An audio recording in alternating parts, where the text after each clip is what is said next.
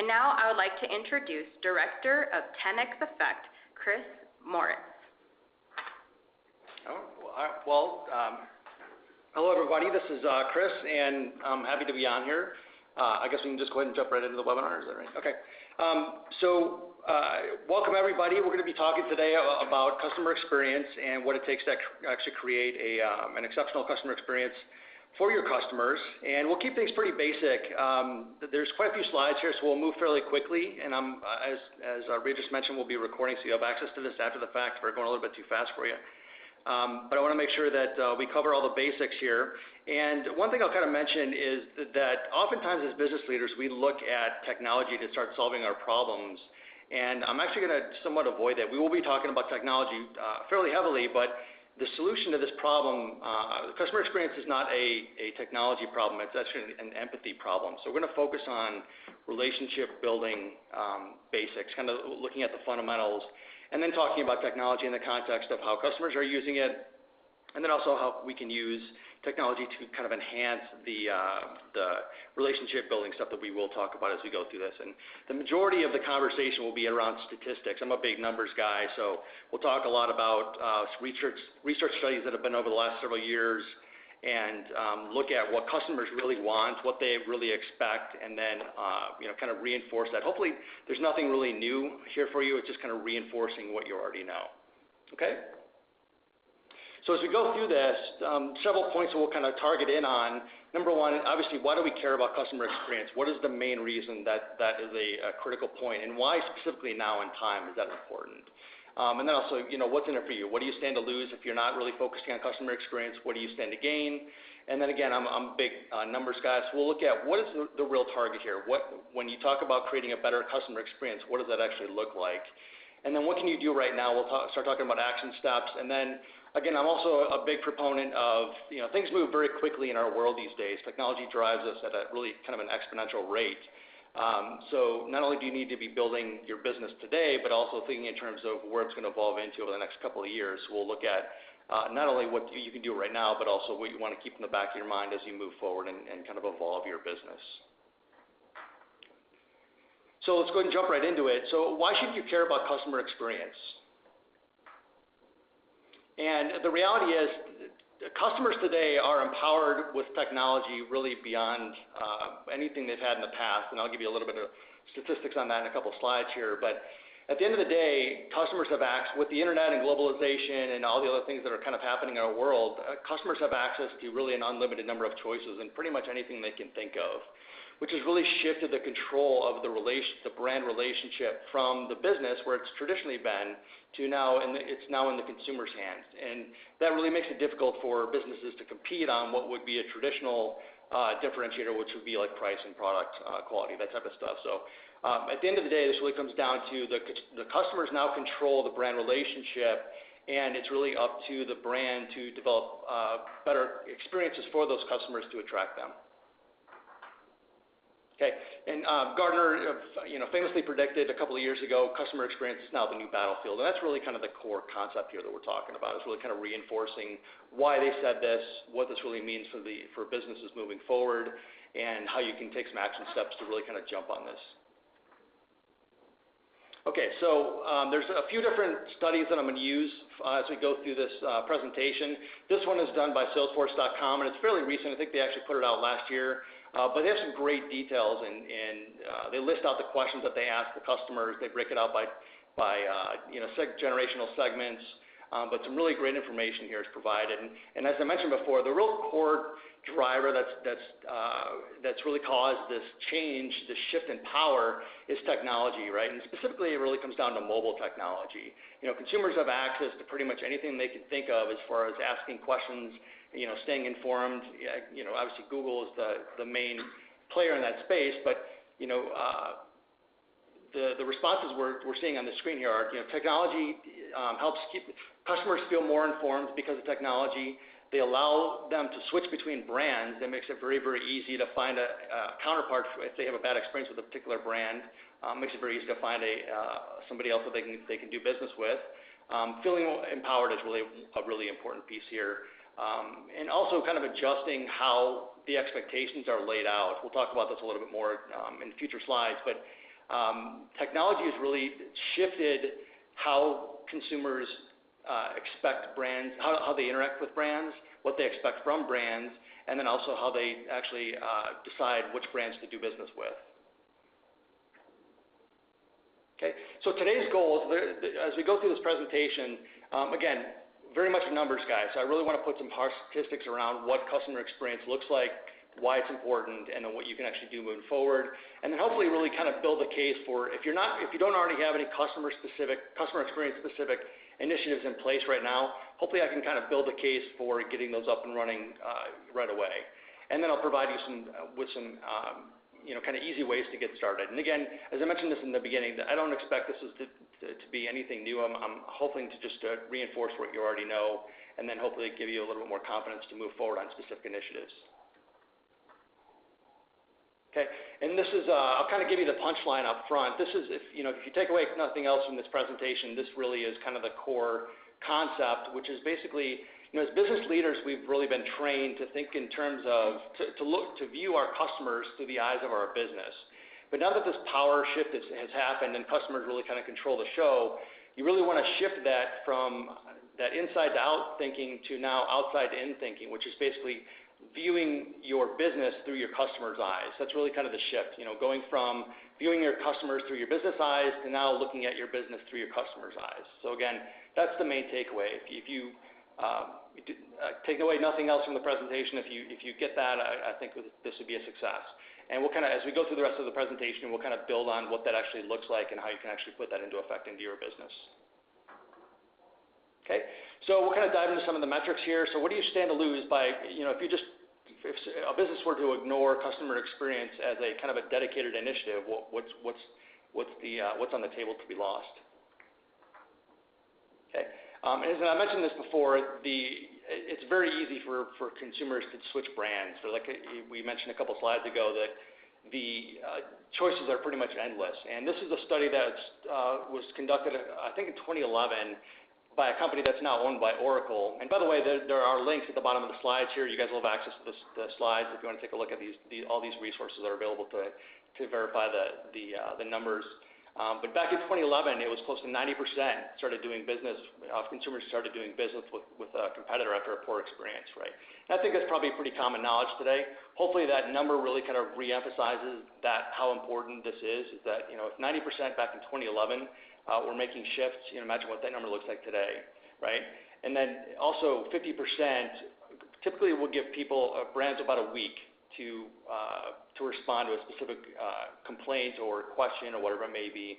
And again, this is back in 2011. Those numbers are actually a little bit smaller now. Okay, so to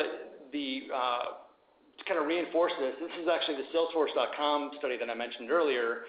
It's really only one bad experience. They're not really giving you too many chances here to fix a problem if you're not responding to it. And Salesforce also gave you some really good detail on how this actually breaks down. So if customers have a problem with actually purchasing, so if your purchase process is difficult, that's a reason for them to leave at 74%, which is pretty significant. Don't make an effort to personalize, which we'll talk about heavily today, right? The Amazon.com, the Amazon empire really was built around personalization, and if anybody has bought anything from them, they're very, very good at providing you with recommendations for products or content or whatever that's very uniquely personalized to what your history is with that particular, with Amazon. So customers expect that across the board, right? So if you're not making that effort to personalize, that's one reason for them to walk away. And then that personalization also leads into anticipation, right? If you can anticipate their needs moving forward. And then mobile is huge, right? Even today, mobile is really expected. And then, we live in the shared economy, or the sharing economy, whether that's a good thing or a bad thing, right? So another thing that you kind of stand to lose here is if you do provide a bad experience, consumers can share that with the world, right? And this particular statistic, again, this is going back to that Oracle study that I mentioned before, close to 80% of consumers who actually shared a poor experience online were in fact ignored, which is kind of baffling to me that brands aren't really kind of watching that. The good news is that half of the 21% that did receive a response, they actually switched their view from negative to positive. So after they actually made a complaint online, when the brand actually followed up with them, 50% of those now converted those negative opinions into positives. So that's a good thing. Okay, so let's kind of dive into some of the more positives on here, what you actually have to gain by focusing on customer experience. And first and foremost, and this is, again, nothing new, obviously if you want more customers, there's a whole lot of people out there that are really just kind of on the fence or you have a negative opinion of their existing product providers. And this is a study by Forrester Research. Every year they do a customer experience index, and this one's from last year. And they actually had, as you can see on the graph here, only 18% of the 122,000, this is US based, by the way, 122,000 people that they interviewed, only 18% of the brands got a good or excellent, which again is still, the bars are very, very low out there. So that leaves, by the way, there's a typo on this slide. That should be 82% or kind of up in the air. So what that means for you is that if you've got, if you're providing a better experience than your competitors, it can be very easy for you to, snag upwards of 82% of the marketplace out there by just providing a better experience.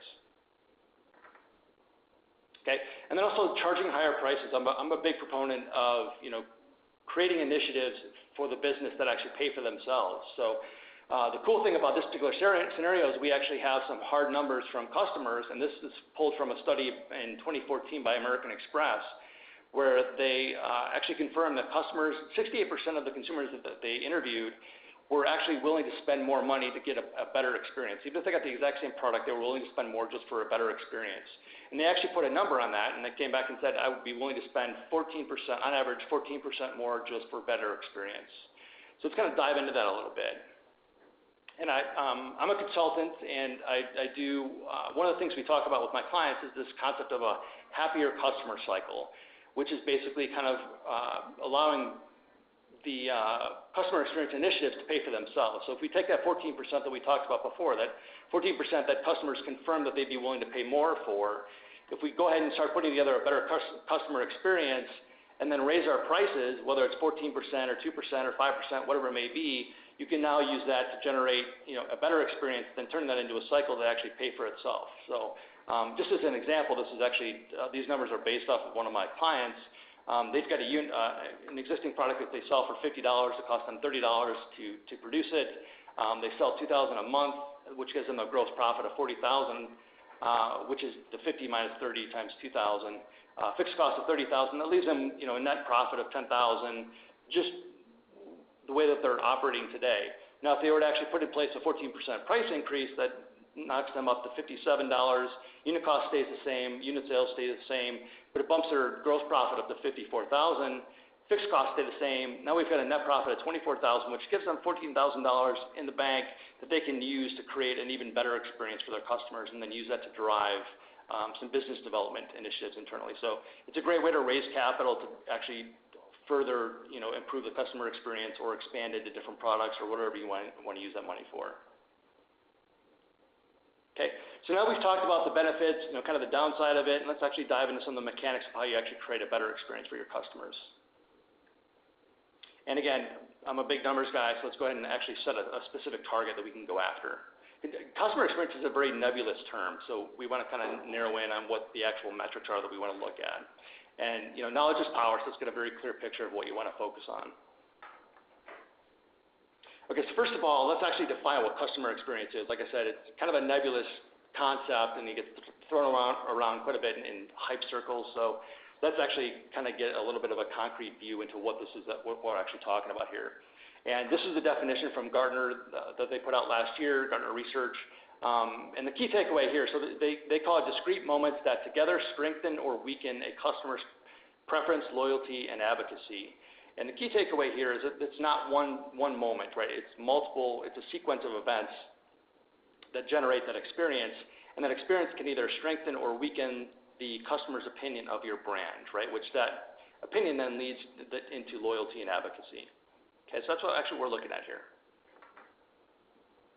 And then I briefly mentioned this before, and this is really another kind of a key point to really keep in mind, is that customer expectations are universal, right? So you actually, when you create a customer experience, specific customer experience, that experience is, you're not directly competing with your direct competitors. You're actually competing with every other brand that your customer uses, because they take that experience and they set the bar across the board. So, if your customers are using Uber, Netflix, Instagram, Facebook, whatever it may be, every experience that they have with any type of brand, even if it's completely unrelated to your particular product, that is the bar that customer sets. So keep that in mind, that it's a universal thing. So as experiences get better and better universally, that raises expectations for everybody. Okay, and this is one thing, like I said, I'm not going to talk a lot about technology, kind of high-tech solutions, but this is one thing that's actually a specific metric that Salesforce came back with, and that is, we talked in the beginning that customers are getting more and more empowered through technology, and they like it, and they keep wanting to, kind of improve on that. So now we're looking at a scenario where we've got smarter customers that are expecting smarter interactions. So they're actually looking for innovation, which doesn't necessarily mean that you have to have the latest and greatest technology. They're just looking for something that's interesting.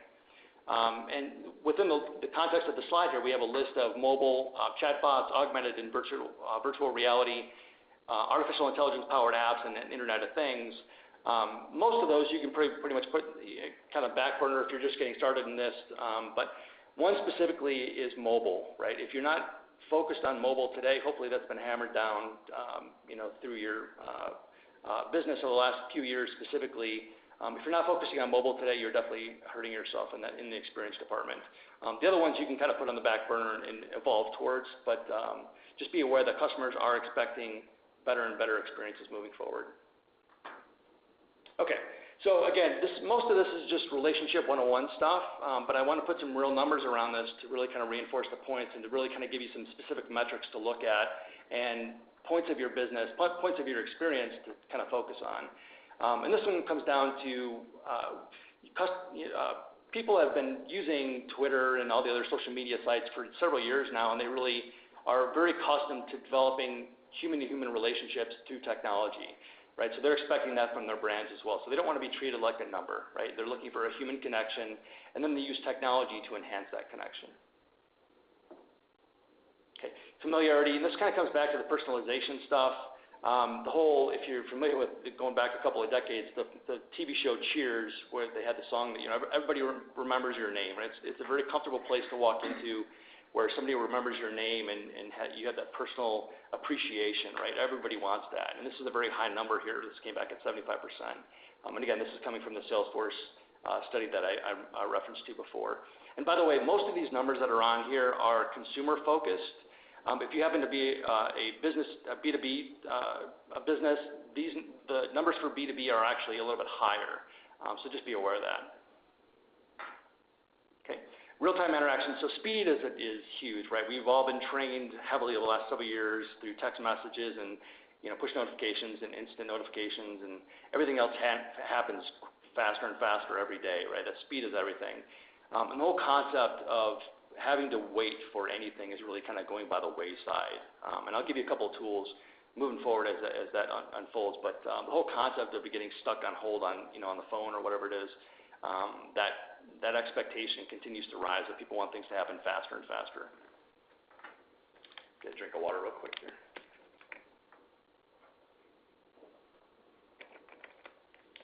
So this is actually a really interesting slide to put some hard numbers around what people expect as far as speed. And again, this is pulling from that Salesforce study. 80% of customers are expecting an immediate response, right? And that has a direct impact on their loyalty towards your brand. But this slide actually breaks down channel by channel, phone for those of you that are not on the web. So we've got a list of phone, live chat, messenger apps, in-app mobile, text messages, online communities, social media, online forums, and email. What are the expectations for customers relative to each of those channels? What's the timeline expectation? So we've got immediate, within an hour, within 6 hours, within 24 hours, or more than a day. And if you remember in one of the beginning slides, I said that the 2011 study actually mentioned that people were willing to wait a week. And as you can see, based on this data, those numbers have dwindled heavily over the last about 5 or 6 years. So if you're not on the web and can't see this slide right now, I would definitely recommend taking a look at this at some point down the road because there's some really interesting data here. Okay, to kind of sum up, what the expectations are today. So I mentioned the innovation in the beginning, and again, this is not, you don't need to go overboard here with technology outside of mobile. They're looking for experiences that are interesting, right? And you can leverage technology to make those things interesting. But again, you don't need to go overboard here.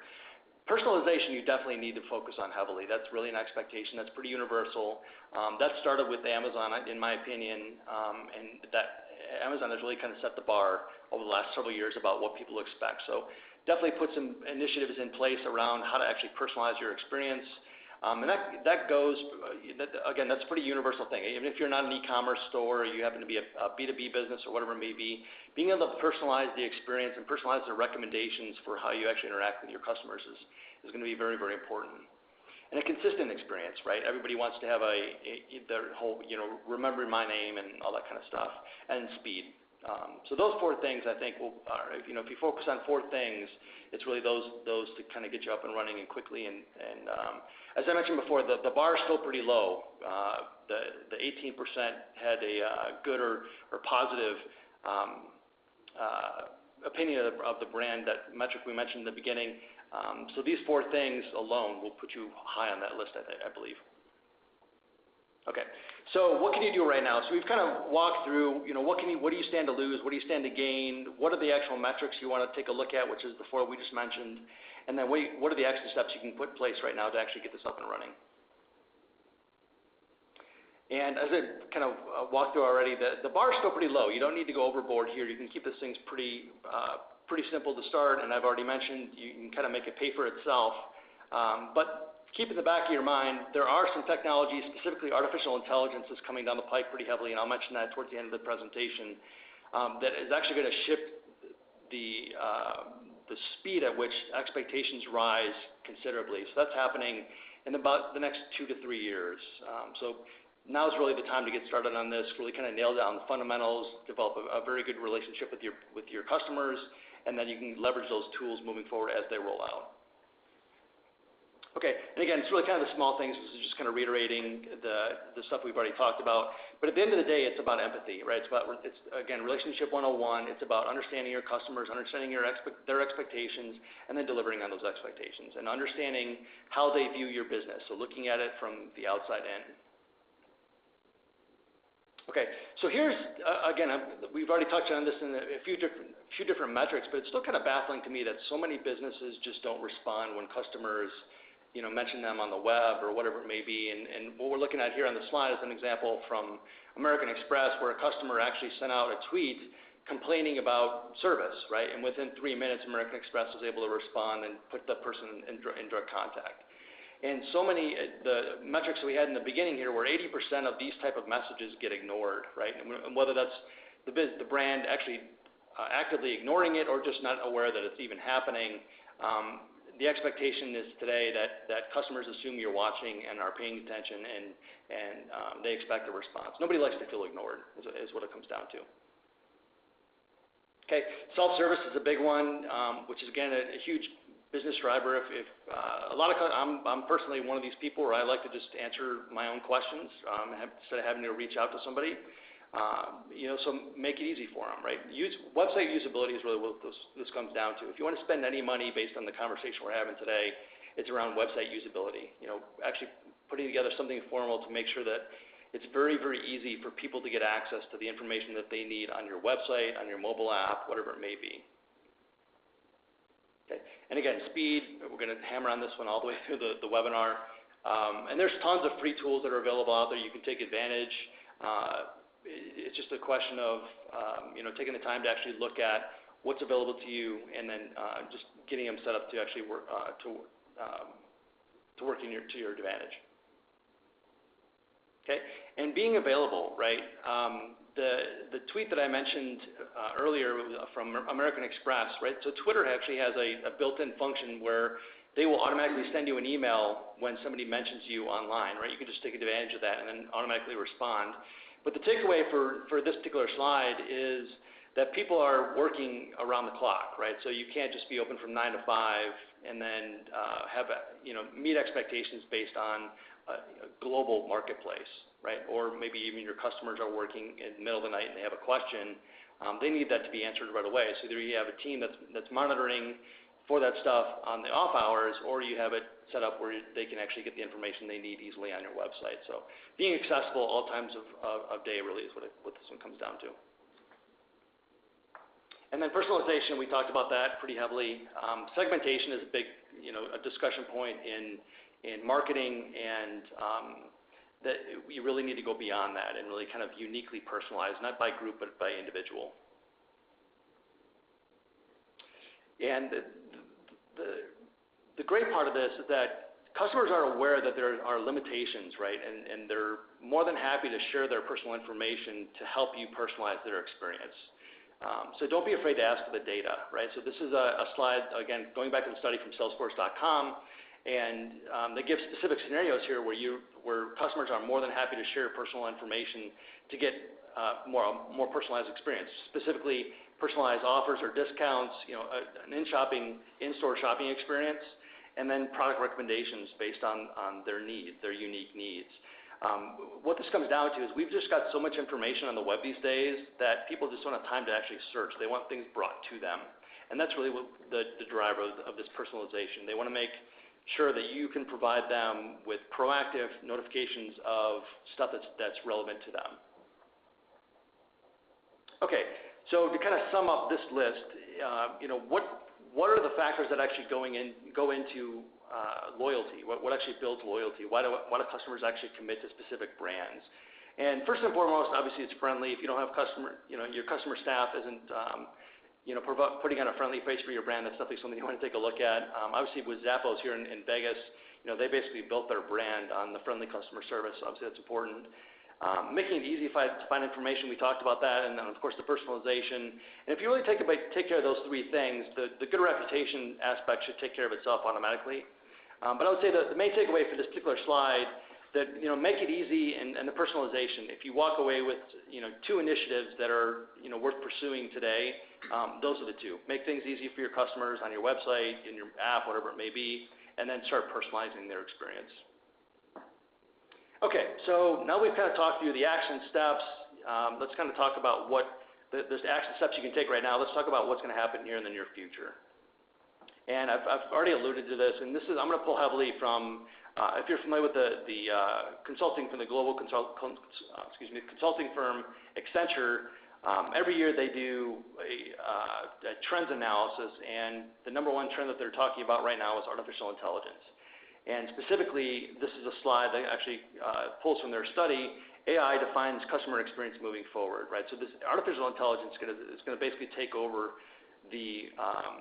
on a very sweeping scale, the customer experience over the next probably 3-4 years. Okay, so the quote that they actually have out there is artificial intelligence is the new user interface. Okay, so the concept of having a army of folks in a call center or people that are answering emails, a lot of that stuff will fall to artificial intelligence as we move forward. And Accenture actually evolves that prediction into as artificial intelligence takes over more and more of the user interface, as brands become more and more confident with its capabilities and its capabilities grow, it eventually evolves into the digital spokesperson. So it becomes the central point of contact for all customer-related stuff. And again, this is not 5-10 years out. This is happening right now. As a matter of fact, as an entrepreneur, I'm actually working on a company right now that's creating this digital spokesperson. So you're looking at 2-3 years tops before this actually happens. And it's really a perfect fit. I mean, it's just a natural evolution if you kind of think in terms of what the capabilities of artificial intelligence are and how that actually maps out to the customer experience. So the stuff that we've already talked about, being responsive, offering self-service, being fast and accessible, and then personalizing the experience, those are all things that artificial intelligence is already today very, very good at. So it's just a natural fit. And again, customers are aware of this. So again, going back to the Salesforce study that we mentioned, customers are already heavily invested in technology, as we've already talked about, and they see this artificial intelligence thing coming already. They've already experienced it with Amazon.com, with Google.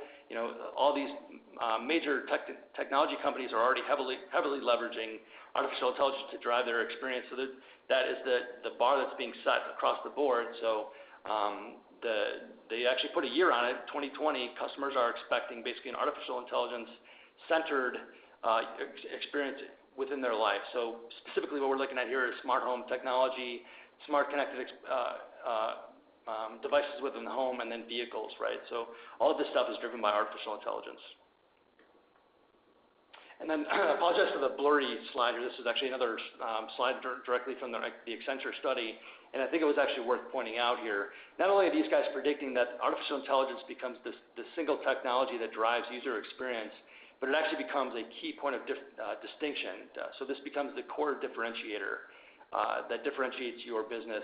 So today we're saying that customer experience is the core differentiator based on the stuff we've already talked about, the technology enabling the consumers, all that kind of stuff. What Accenture is saying in this slide is basically not only is that the core experience, but AI is going to drive that experience and ultimately become the key differentiator for your brand. Okay, so artificial intelligence, how do you actually get started with it?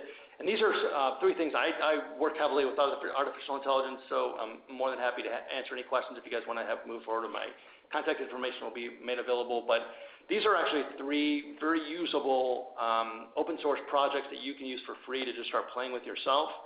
If you want to start playing with a chatbot, which is basically just a natural language virtual agent, all three of these are actually made available freely by IBM Watson. So play with a chatbot. There's actually a personalization. If you don't have any data on your customers today that allows you to personalize the experience, this particular tool will actually analyze their Twitter feed or their blog content or whatever they have out there on the web and allow you to kind of extract some personality traits that you can then use to create a more personalized experience for them. And then the social media monitoring, this is actually a really useful app that monitors Twitter and will automatically generate a response based on what they're talking about in the customer's tweet. So again, three very, very useful tools that you can use for free today. And to kind of wrap things up here, kind of going back to the slide that I mentioned in the beginning, again, it's all about looking at shifting the focus from looking at your customers through your business's eyes to looking at your business through your customer's eyes. It's the shifting from inside-out thinking to outside-to-inside thinking, right? Looking at things from your customer's perspective. And if you're actually on the web and you can see the slide, there's actually a purple ring on the second tier. And that's really kind of the threshold where your customers can see. So your customers are looking at your business from the outside in, and they can't see all the way in. They can only see a couple tiers deep. So be aware of that. And the core shift here is thinking in terms of how does your business look from the outside in. Okay, so core points, by the way, as I've gone through this presentation, CX is just shorthand for customer experience. So customer experience should be a core focus. And again, the bar is set universally, so it's not something you can just set up once and then forget it. It's really kind of an evolving process. And as I mentioned before, it should pay for itself. You should be able to raise your prices incrementally, whether it's 14% right off the bat, or if you do it by 2 or 5 or whatever, small chunks. You should be able to fund improvements in customer satisfaction or customer experience just through that cycle. And then again, just something to keep in the back of your mind, artificial intelligence will definitely drive customer experience moving forward. And again, this is not 5, 10 years out. This is 2, 3 years down the road. And then, so I referenced several different research studies in this presentation, and just make sure you guys have access to those links. The slides are available on SlideShare. This is the link to it. And you guys can take a look at those. I definitely recommend taking a look at all of them, specifically the Salesforce.com one, which I used pretty heavily during this presentation. Has some really great information for both B2C and B2B businesses. That's it. There's my email address. Anything I can help with, I'm happy to field any questions moving forward. So if you guys have any questions, just to recap, anybody that is on the online feature, you can just type your question to that little chat box in the left-hand corner. And then if you are on your phone only, you can just press *7, and we will unmute your line. You can ask your question, and then remute it so that everyone can hear your answer. So we'll just give you guys a couple minutes here for the floor, and you go ahead and type away all your questions that you may have for Chris.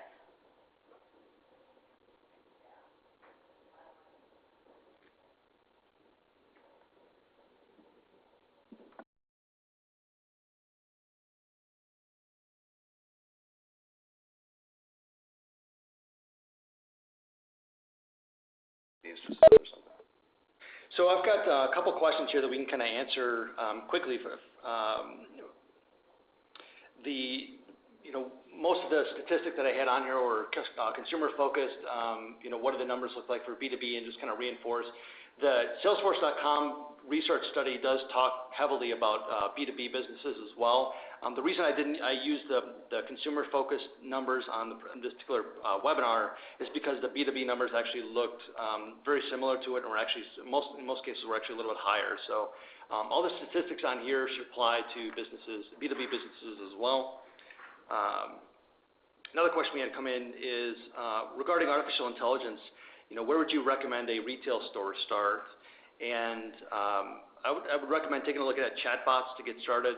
There's a ton of hype around chatbots these days, and I would look through the hype. There's a lot of people that are kind of over promising and under delivering out there. But as you get through that technology, which will actually mature very, very quickly, that's going to be an extremely powerful tool and something that is used pretty heavily across the marketplace. So getting a head start on that, I think, would be very, very helpful, whether it's a retail store or any other type of business. Wonderful. Thank you so much, Chris, for taking your time out. Just to recap, you guys, next week is spring break, so no Chamber U. And again, if you have any other questions, Chris's email is in the last slide. Go ahead and give him any emails, and this will also be available on the members portal as well. Thank you so much. Have a great day.